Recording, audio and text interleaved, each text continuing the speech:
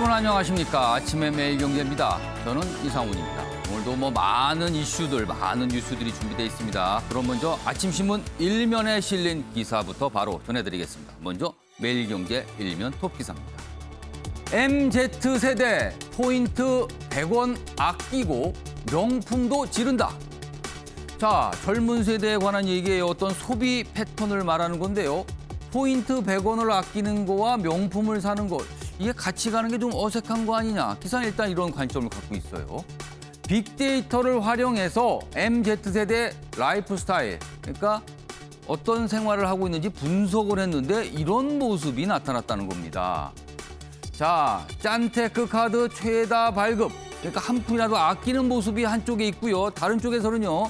백화점 고가 구매 기성세대를 압도한다. 또 다른 모습이 있다는 겁니다. 이런 기사가 오늘 소개되고 있습니다. 다음은 중앙일보 확인해 보겠습니다. 인건비 90조 대 86조. 공무원의 나라가 됐다.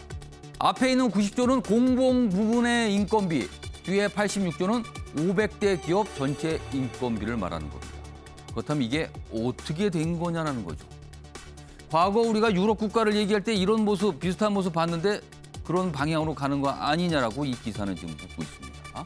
작년 공공인건비 500대 기업을 추월했다. 문재인 정부 공무원 공공기관 22만 명 늘어났습니다. 4년간 500대 기업 채용은 3만 명 늘어났는데 그쳤다. 공공 부분 인력만 늘어나고 있다는 거죠. 세금으로 인건비를 대고 있다. 이거는 미래 세대에게 부담이다. 이렇게 지적하고 있습니다. 이번엔 동아일보 보겠습니다. 임기 말 남, 경제난 북, 통신선 복원됐다. 어제 남북 통신선이 복원이 됐죠. 지난해 6월 북한이 일방적으로 끊었어요. 그 이후에 1년도 넘게 지나서 복원된 겁니다. 아래로 가겠습니다. 북한 일방 단절 400여일 만에 재연결됐습니다. 남북 정상 10여 차례 친서 교환이 그 사이에 있었습니다. 백신 지원 등 교류 협력 전망 속에 여당은 다음은 고위급 화상회담 검토하고 있다. 이런 얘기 나오고 있고요. 미국에서는 북한과 대화, 소통 지지한다. 이런 입장도 공개됐습니다. 마지막으로 국민일보 확인해 보겠습니다. 아래쪽 기사입니다. 태권도 한국을 떠나 세계로 갔다. 사상 첫 노골드. 자, 사상 첫 노골드는 약간 좀 실망스럽다고 할 수 있잖아요. 그런데 앞에 보면은요. 그런데 한국을 떠나서 세계로 가고 있다. 그 증거가 있습니다. 아래로 보겠습니다. 총 32개 메달, 금운동 합해서 32개입니다. 그런데 21개 국가에 돌아갔습니다. 어느 종목보다 다양하게 선수들이 차지한 겁니다. 그래서 한국을 떠나 세계로 세계인의 태권도가 됐다. 이렇게 평가를 하고 있습니다. 자, 지금까지 일면 기사 소개해드렸고요. 오늘도 뉴스의 의미를 깊숙하고 풍부하게 읽어주실 네 분께서 자리하셨습니다. 한 분씩 소개해드리겠습니다. 먼저 화면 가장 맨 왼쪽에 최양호 현대경제연구원 고문 오늘도 자리하고 계십니다. 그리고 그 옆에는 김종욱 동국대 외래교수 나와 계시고요. 세 번째 자리에는 조대진 변호사 자리하셨습니다. 그리고 마지막으로 김병민 경희대 개공교수 나와 계십니다. 안녕하세요. 네, 반갑습니다. 안녕하세요.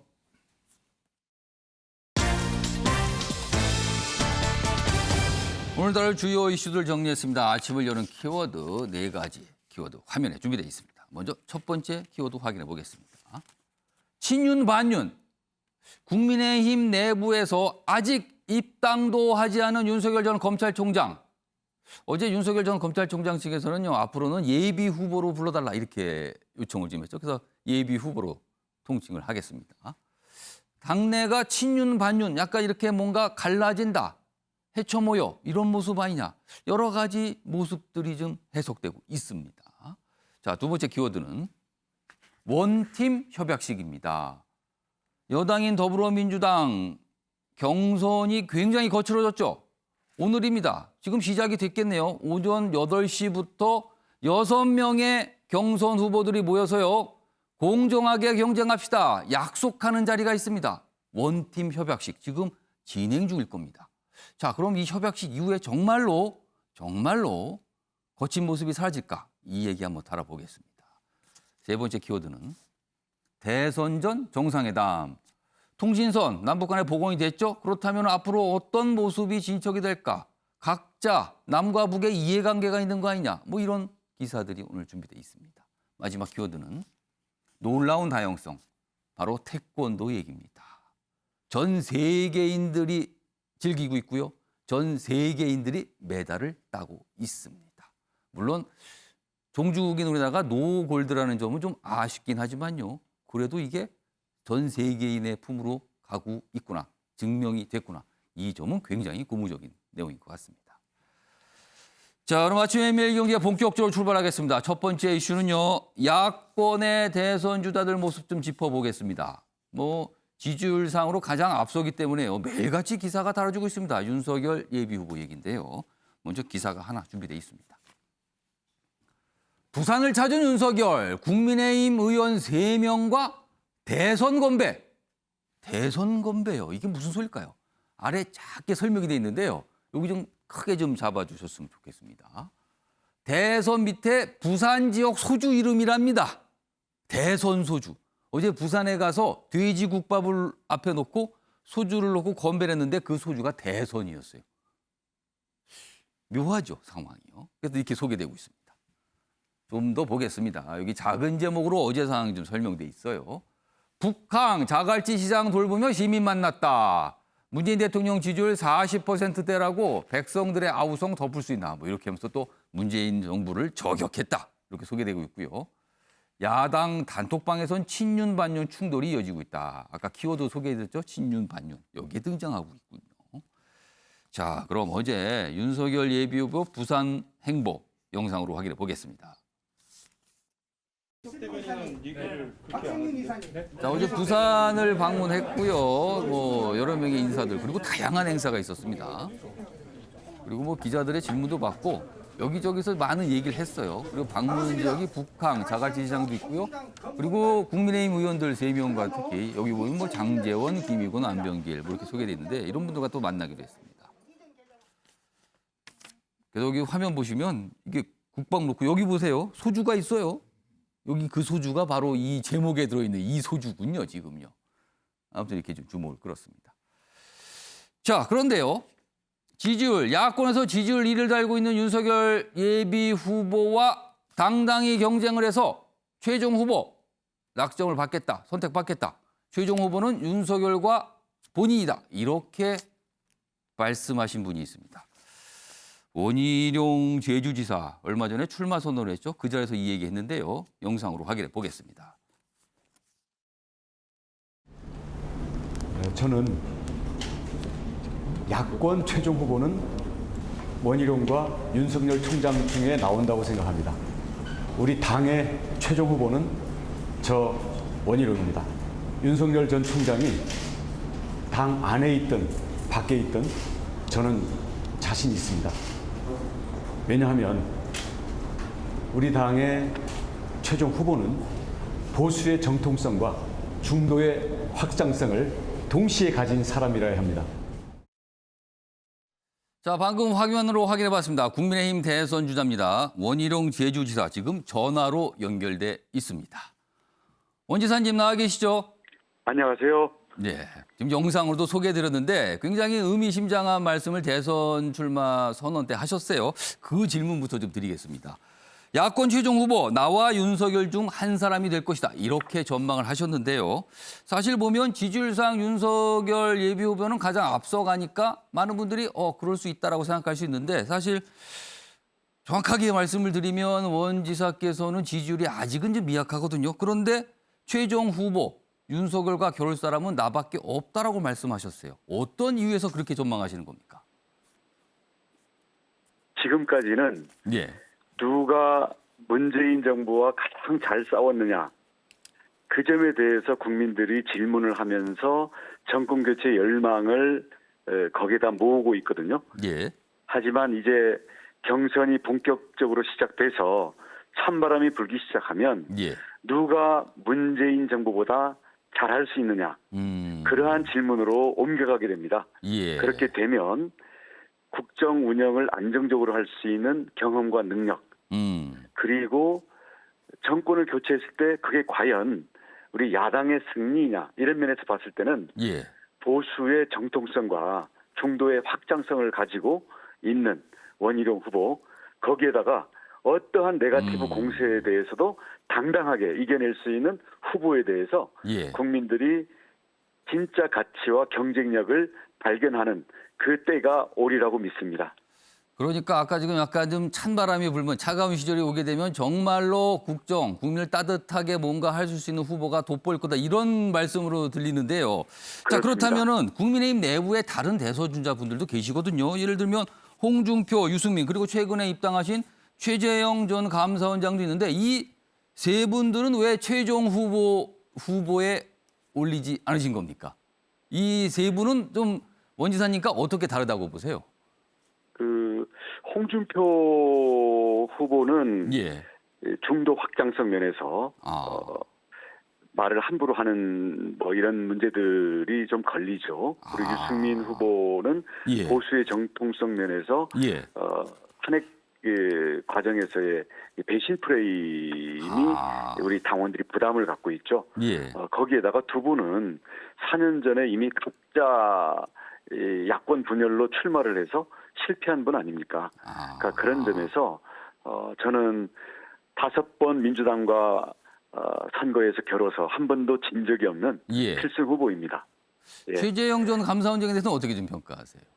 거기는 지금 막 정치를 시작하셨으니까 예. 지켜봐야 될 텐데요. 예. 우선 국정 운영의 경험과 비전이 과연 준비되어 있느냐라는 문제와 아울러 예. 우리 윤석열 총장도 마찬가지입니다만은 이제 정권이 교체되면 문재인 정부의 그 무능의 결과 정책 실패와 불공정이 곳곳에 쌓여 있는데 이것을 깨끗이 청소를 해야 되는데요. 예. 두 분의 경우에는 문재인 정부의 1등 공신이었고 몸담았던 분들이기 때문에 예. 보복 정치라는 프레임을 어떻게 넘을 것인가라는 문제가 있습니다. 그러니까 그런 부담을 갖고 있기 때문에 이제 청소를 하면 할수록 보복이다. 또 국민 분열과 과거의 문제로 자꾸 온 나라가 매달리게 되는 이러한 문제점이 있기 때문에 예. 이제 국민들이 여러 가지 점들을 이제 놓고 진지하게 판단의 순간이 다가오면 다가올수록 이런 점들이 전면적으로 국민들이 고민할 수밖에 없게 된다고 봅니다. 그러니까 윤석열, 최재형 두 분은 보복 프레임에서 자유롭지 않다 이런 문제가 있다는 지적이시네요 지금요. 그렇습니다. 원희룡은 예. 보복 정치라는 프레임에서 자유롭습니다. 그리고 누구보다도 예. 안정감 있고 저는 긍정적이고 통합적인 그러한 정치의 본령으로 생각하고 있는 사람이기 때문에 예. 그런 점에서 평가를 받을 시점이 온다고 봅니다.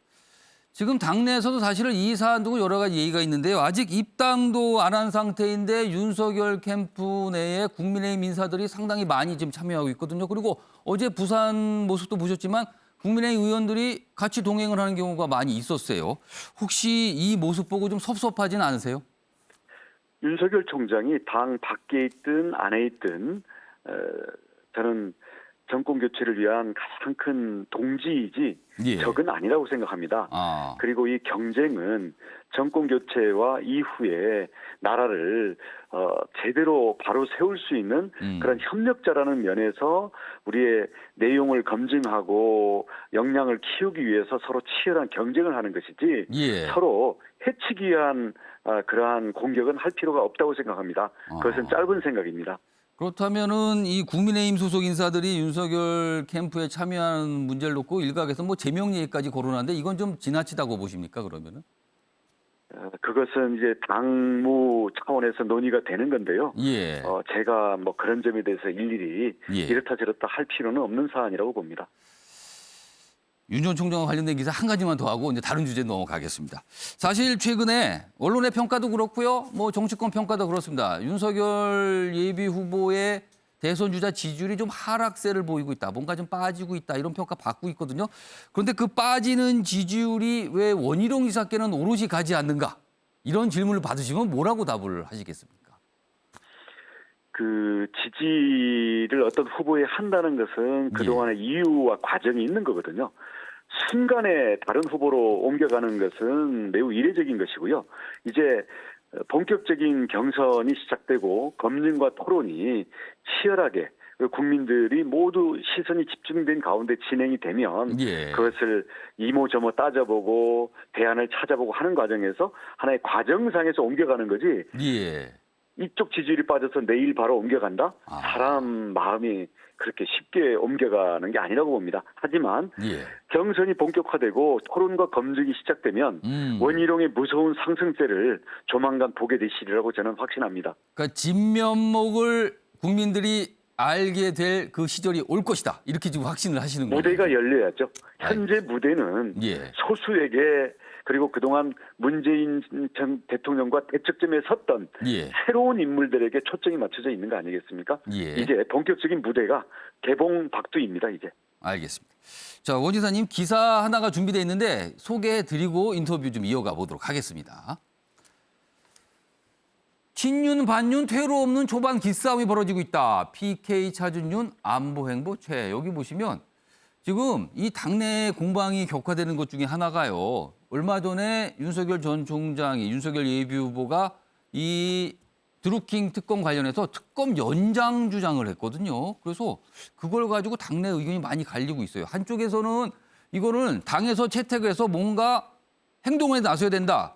반면에 이건 무슨 하명을 받은 거냐? 왜 우리가 움직이나? 이런 또 반발도 있거든요.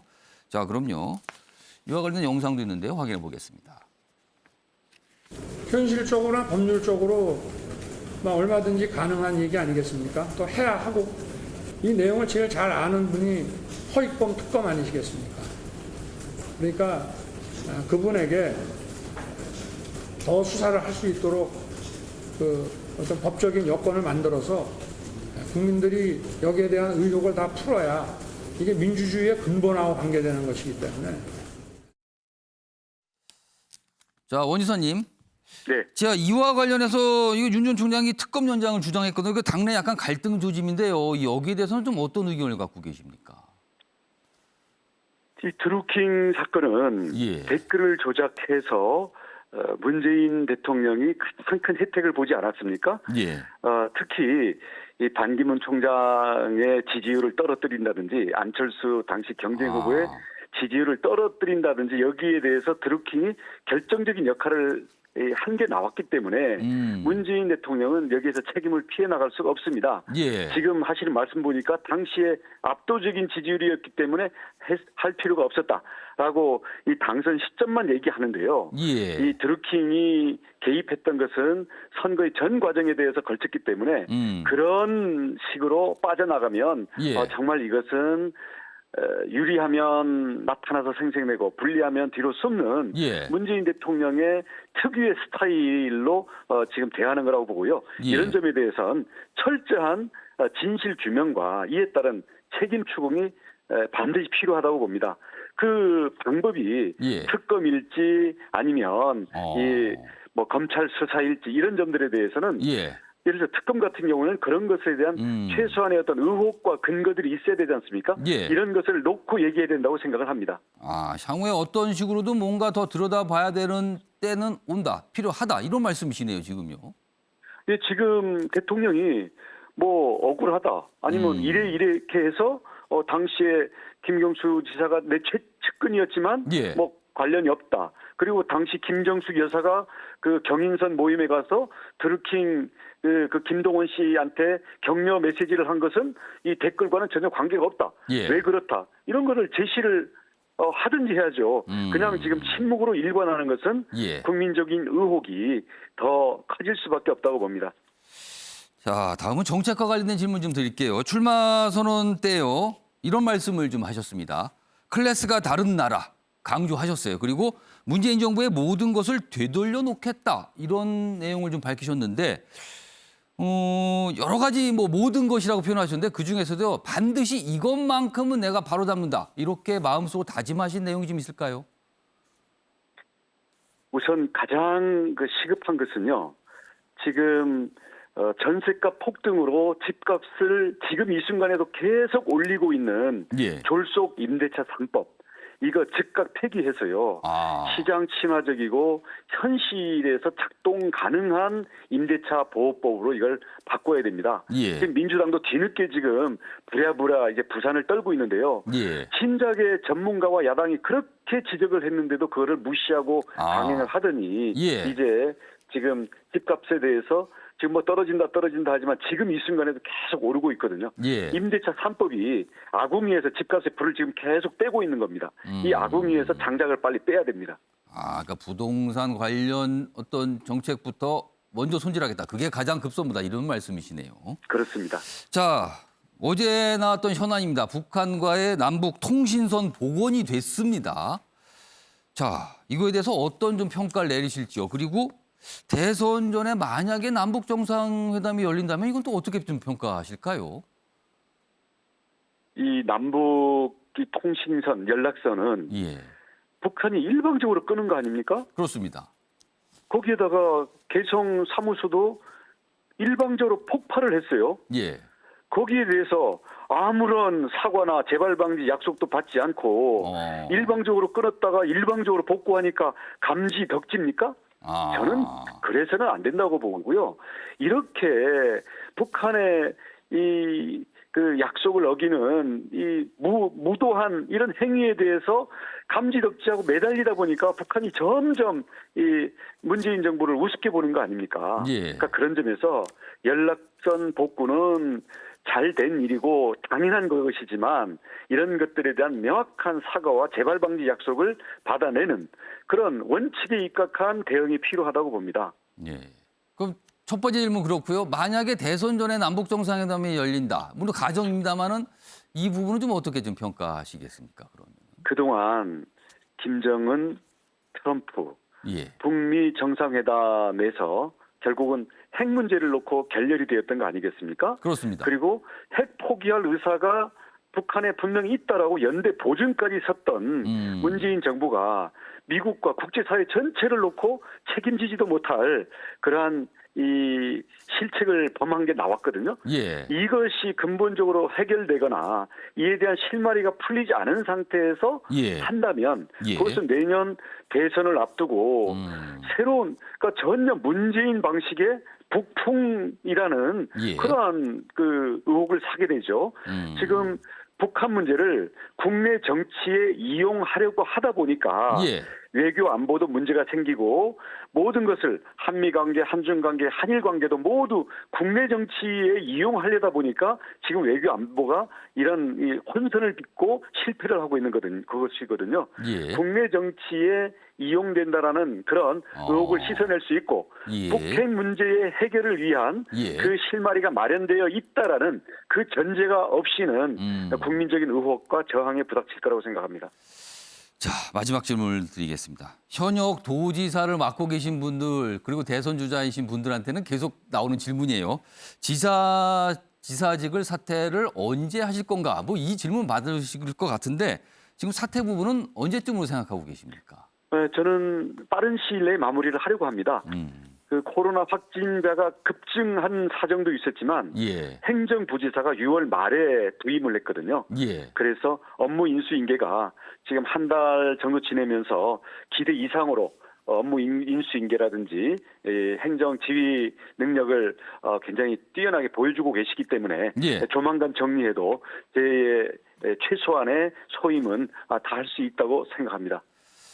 자, 오늘 말씀 여기까지 듣도록 하겠습니다. 지금까지 대선 도전에 나서고 계신 국민의힘 소속의 원희룡 제주지사였습니다. 감사합니다. 감사합니다. 여러 가지 주제로 많은 얘기를 좀 해봤어요. 그리고 여러 가지 뭐 본인이 갖고 있는 생각도 좀 오늘 많이 소개가 좀 됐습니다. 자, 패널분들과는 이 얘기 좀 해보겠습니다. 먼저 최영호 고문님께 뭐 방금 기사로도 다뤄졌고 원희룡 지사께서도 얘기를 하셨어요. 당내 친윤 반윤이 갈등이 있는데 특히 최근에 이 드루킹 관련해서 특검 연장, 윤석열 예비후보가 특검 연장 주장을 했거든요. 이와 관련해서 당내에서는 맞다, 그 길로 가야 된다. 그리고 강한 모습 보여라. 반면에 아니 무슨 하명을 받는 겁니까? 반발한 목소리도 맞서고 있거든요. 이거 어떻게 생각하세요? 이 당 밖의 남자가 갖고 있는 한계라고 보여집니다.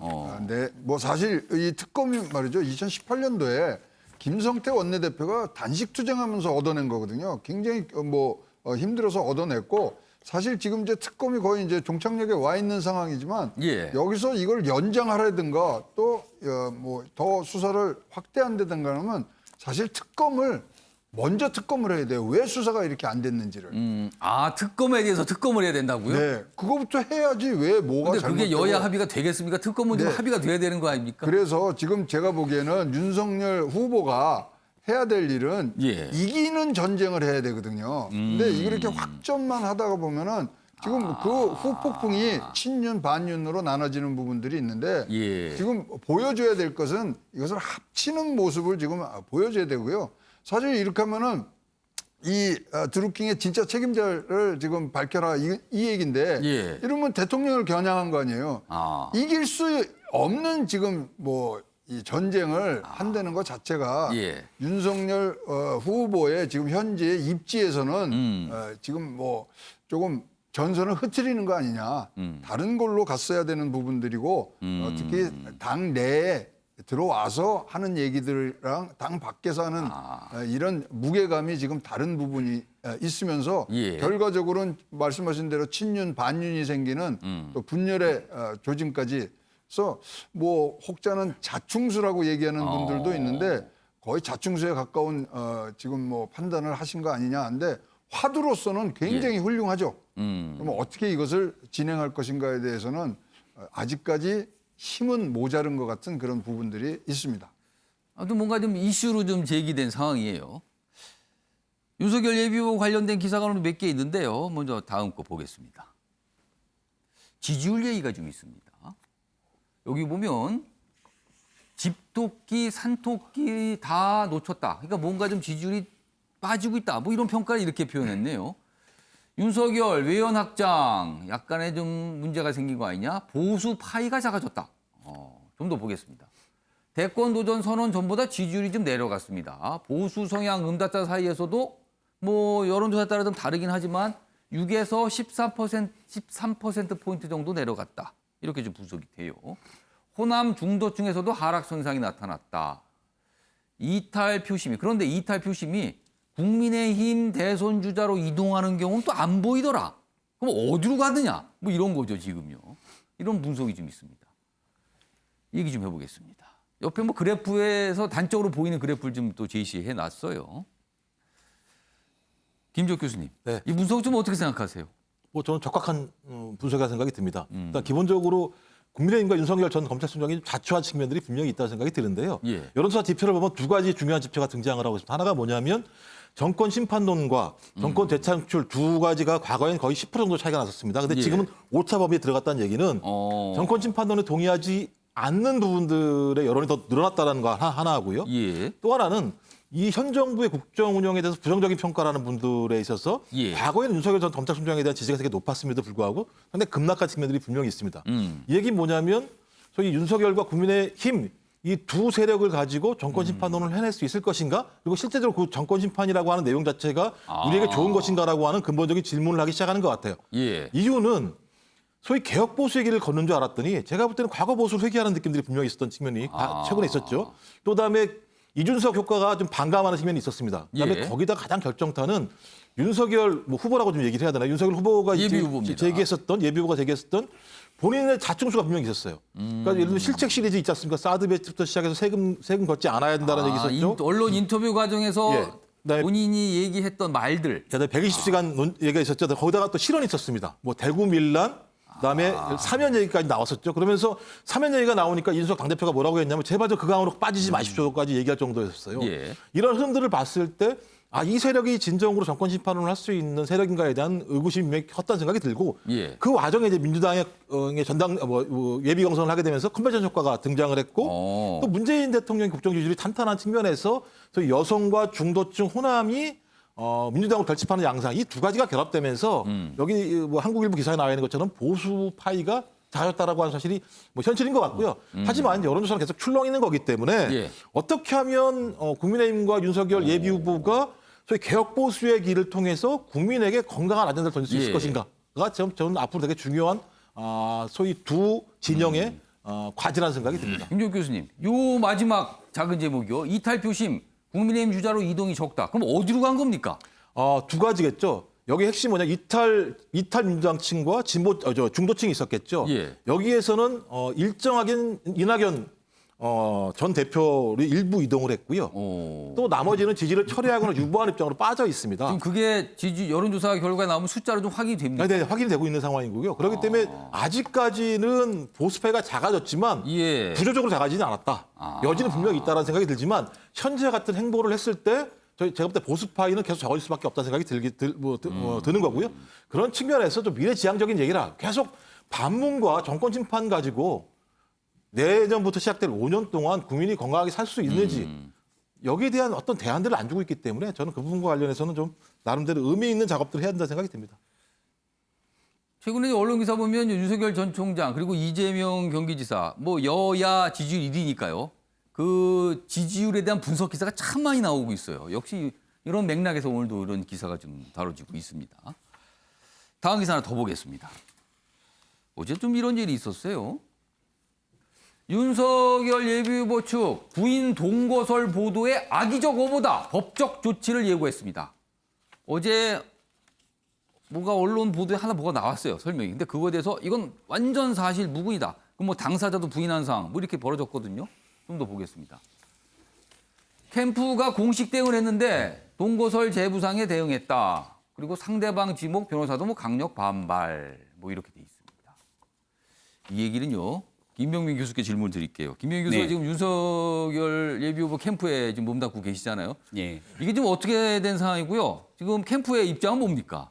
언론에서 취재했던 내용들이 일부 다른 언론 매체에서 받아서 보도가 돼서 이 예. 내용들을 지켜보고 있었던 캠프 그리고 많은 국민들이 깜짝 놀랐던 상황이기도 합니다. 왜냐하면 이 부인과 관련돼 있었던 각종 네거티브 음해들이 있었는데 예. 이 정도가 좀 도를 지나치고 있고 국민들이 지켜보기에도 굉장히 짜증을 유발시킬 수 있을 만한 내용들이 그 내용들이 사실관계가 이른바 그 확인되지 않은 내용들이 한간에 있습니다. 알려진 엑스파일 관련된 뭐 그런 내용들이 그러니까 여기에 대해서 제가 이 방송을 통해서 입으로 차마 얘기하기 어려울 정도의 이 부적절한 내용인데 예. 이게 관계돼 있다라고 얘기하는 양모 변호사, 그러니까 등장인물이 있어요 지금. 양모 거기에. 예. 변호사의 90세가 넘은 노모 모친을 찾아와서 본인의 취재 신분을 속인 채 취재 윤리를 위반하고 여기에 대해서 내용들을 노모로부터 건강이 굉장히 좀 좋지 않으신 상태라고 합니다. 그런 내용을 바탕으로 일방적인 내용을 쏟아냈기 때문에 예. 그 관련된 내용들이 사실이 아닐 뿐더러 이런 내용들이 보도가 여과 없이 진행되기 시작하는 순간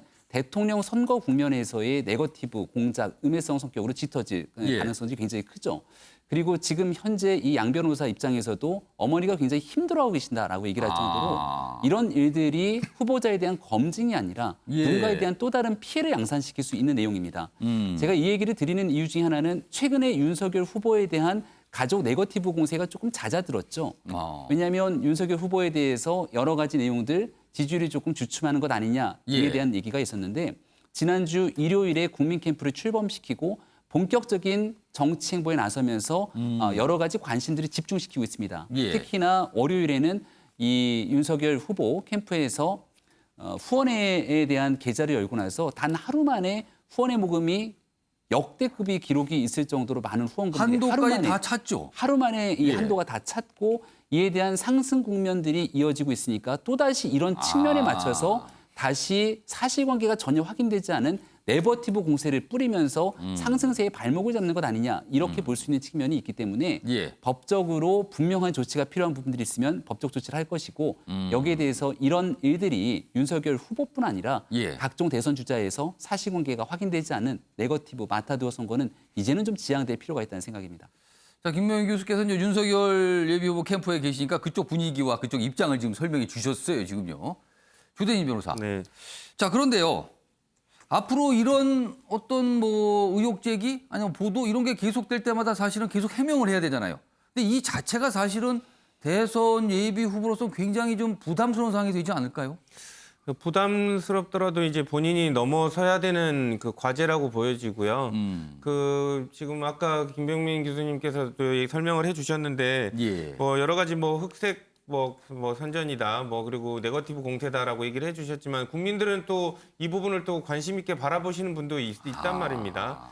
또 그리고 저도 이제 뭐 취재 내용을 뭐 대강은 봤는데 예. 취재 내용에 관련된 부분들이 어느 정도 구체적인 질문을 성격을 띠고 있는 부분들도 상당히 있었습니다. 그렇기 때문에 그냥 뭐 우리가 소위 말하는 뭐 인터넷에 도는 그 뭐 찌라시 성격의 그런 얘기들을 질문한 게 아니라 뭐 구체적인 질문을 했다는 점에서 볼 때 예. 국민들도 이런 구체적인 질문에 관련된 답변을 어떻게 하는지에 관련돼서 또 살펴볼 수도 있다라는 거죠. 예. 그러니까 어쨌든 지금 뭐 네거티브 공세라고 이렇게 비판을 하고 있지만 결국에는 윤석열 예비 후보가 이 부분도 넘어서야지 진정한 승자가 될 수 있을 것 같다라는 생각이 듭니다. 김병기 교수께 한 가지만 짧게 추가 질문 드릴게요.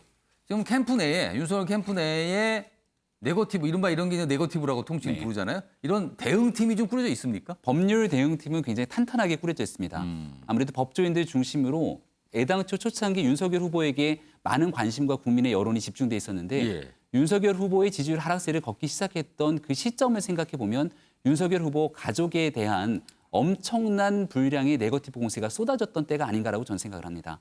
이런 측면에서 법률적 대응들을 충분하게 하기 위한 팀들은 구성이 돼 있고 다만 가랑비에 옷이 젖는다고 사실관계가 어긋나는 일들도 끊임없이 같은 얘기들을 동어반복하기 시작하게 된다면 예. 이런 내용들은 단순하게 후보 하나를 끌어내리는 것으로 그치지 않고 예. 우리가 드루킹 사건을 충분히 다 지켜보면서 지금까지 얘기를 하고 있지 않습니까? 예. 민주주의의 기본적인 원칙인 국민과 시민의 현명한 선택을 방해하는 각종 가짜 뉴스라든지 그리고 이런 부정적인 네거티브로 상대를 끌어내리는 이런 비상식적인 행동들에 대해서는 여러 선거 캠프들에서 앞으로 지양될 필요가 있다는 생각 다시 한번 말씀드립니다.